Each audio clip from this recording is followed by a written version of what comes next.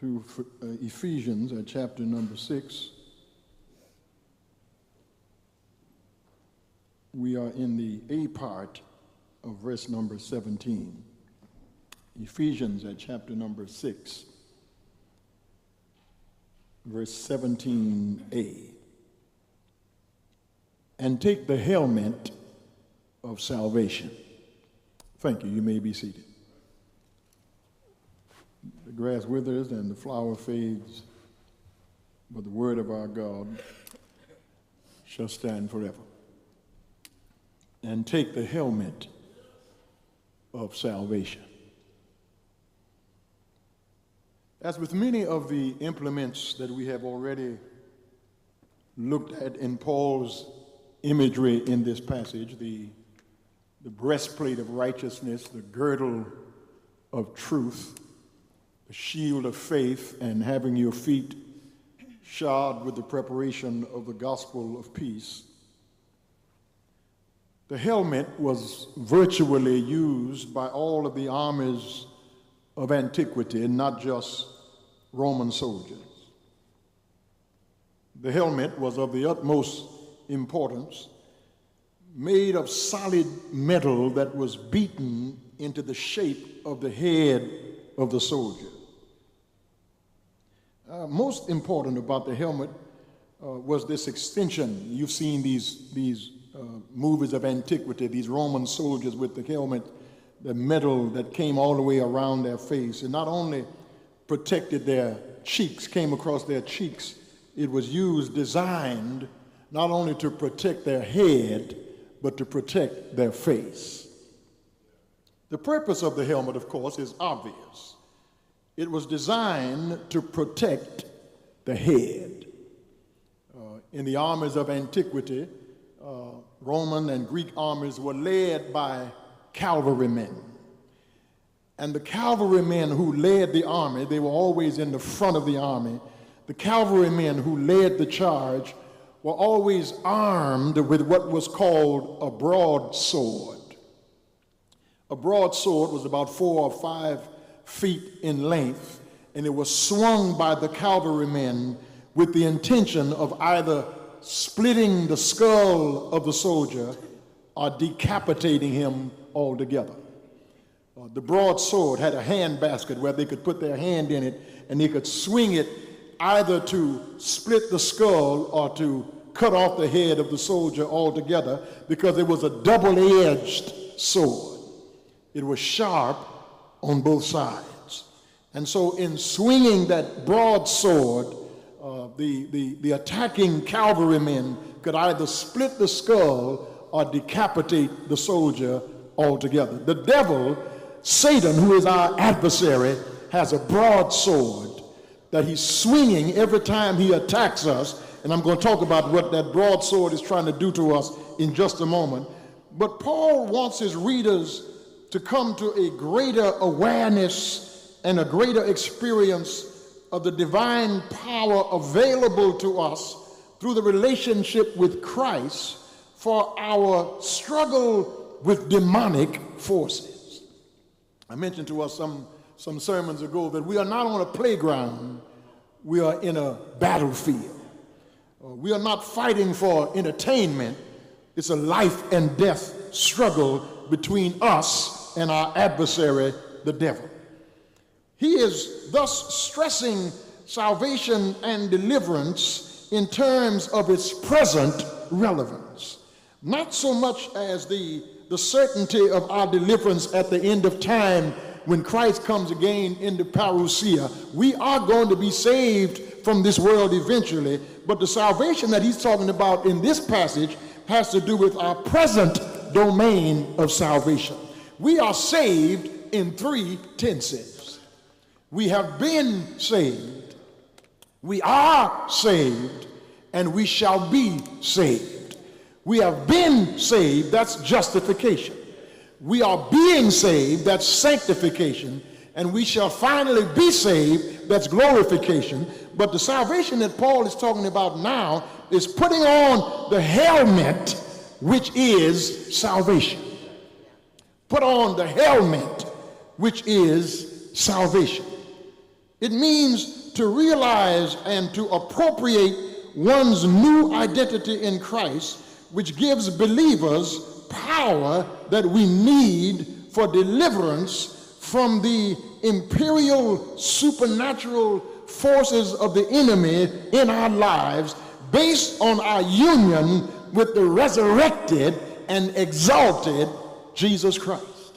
The same power that God used to raise Jesus from the dead is the same power you and I have this morning to do supernatural battle with the devil in the realms of principalities and powers. The fact that the helmet is related to salvation indicate that Satan's blows are intended for the believer's head. Satan wants to attack us intellectually in the area of our security and our assurance in Christ Jesus. Satan wants to attack us in our minds, in our head, but the Spirit of God goes much deeper than the mind, because salvation for the believer has got to get in your heart. And if it's in your heart, even if your mind tries to play tricks on you, you still have salvation in your heart. Listen to me. More pointedly, the devil wants to attack your head, because if he can accomplish victory in the two areas that I'm about to mention, you are a failure before you even get started. Satan, if he cannot decapitate you altogether, if he cannot cut your head off and make you an unbeliever or an agnostic or someone who just does not trust God and just goes out to be a fool completely, because the fool says in his heart that there is no God. If he cannot cut you off from God completely, then he wants to split your skull. And he wants to split your skull, he wants to split your head, your spiritual skull, in two areas of your life. First of all, he wants to split you in two by discouraging you. Discouragement. That's Satan's first swing of the broadsword, discouragement. Brothers and sisters, we are sometimes most vulnerable to discouragement just after we have experienced a great victory. We are most susceptible for Satan using the broadsword of discouragement when we have experienced great spiritual success. Listen to me. The test of a person's character, I want you to write this down if you think you're going to forget it. The test of a person's character is what it will take to stop you. The test of your character is not what you're doing, but what it's going to take to stop you from doing what you're doing. Because if you're working for the Lord, the test of your character is what will Satan send your way that will be strong enough to stop you. One example that comes to mind about this matter of discouragement is the story of the prophet Elijah. Elijah was one of the preeminent prophets in the Old Testament. As a matter of fact, on the Mount of Transfiguration, he showed up to talk with Jesus in that cloud. But Elijah was prophesying and preaching the word during a time of great apostasy. There was a great falling away because of Ahab and his wicked wife Jezebel. Jezebel brought some false prophets along with her from the land that she came from, and Ahab, King Ahab, who was weak and could not overcome Jezebel's influence, employed these false prophets of Baal and these grove prophets. And Elijah said to King Ahab that there would be neither dew nor rain until I give the word. And for 3 years there was neither dew nor rain on the ground. And then Elijah challenged the prophets of Baal to a contest up on Mount Carmel. He says, how long will you halt between two opinions?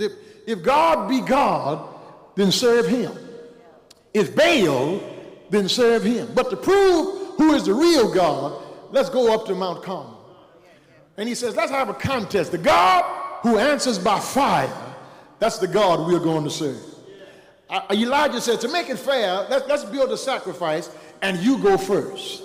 And so they build this sacrifice, and the prophets of Baal start calling on God and on their God Baal, and Baal does not answer. So about 9 o'clock in the morning, Elijah starts ridiculing them. He says, maybe Baal is on vacation. Maybe Baal is in the restroom relieving himself.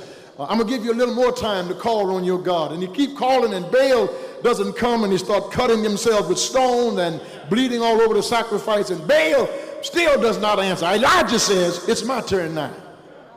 He calls on God, and God sends down fire. But before God does that, Elijah said, to make it fair, let's dig a ditch around the sacrifice and fill it with water, and let's drench the sacrifice with water so that the water will gather around in this ditch. And let me call on my God. And he called on the name of the Lord, and God answered by fire. And not only did God burn up the sacrifice, but he licked up all the water around the sacrifice. That was a great spiritual victory. And then the word got out that Jezebel said to Elijah, I'm going to take your life before the sun goes down. Now he has just defeated 850 prophets of Baal, 400 grove prophets, 450 prophets of Baal. He's just defeated them in a showdown at Mount Carmel, and now he's running because he's afraid of Jezebel. He runs and he hides in this cave, and he broods and he's melancholy. And God comes to him and says, Elijah, what are you doing? Elijah said, I'm the only one left to give your name a word. And God sends fire, but God is not in the fire. An earthquake comes, but God is not in the earthquake. Then a still small voice is heard, and God is heard in that still small voice saying to Elijah, you're not the only one. There are still 7,000 who have not yet bowed their knee to Baal. And when you are discouraged, you think you're the only one in it. When you're going through what you're going through, you think nobody understands and nobody knows what you're going through. But if nobody knows what you're going through, God knows what you're going through, and you are not by yourself. Don't let the devil discourage you. Greater is he that is in you than he that is in this world.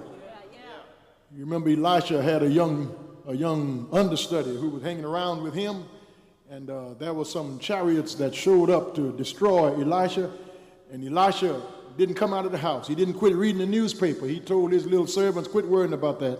Well, everything's going to be all right. The servant went out and looked again, and he said, Master, I don't see anybody who's coming to our aid. He said, God opened his eyes that he might see that they who are with us are more than they who are with them. And I think I ought to tell somebody who's getting discouraged because of this pandemic, or whatever your unemployment situation is, or whatever your family situation, they who are with us are more than they who are with them. God is on your side.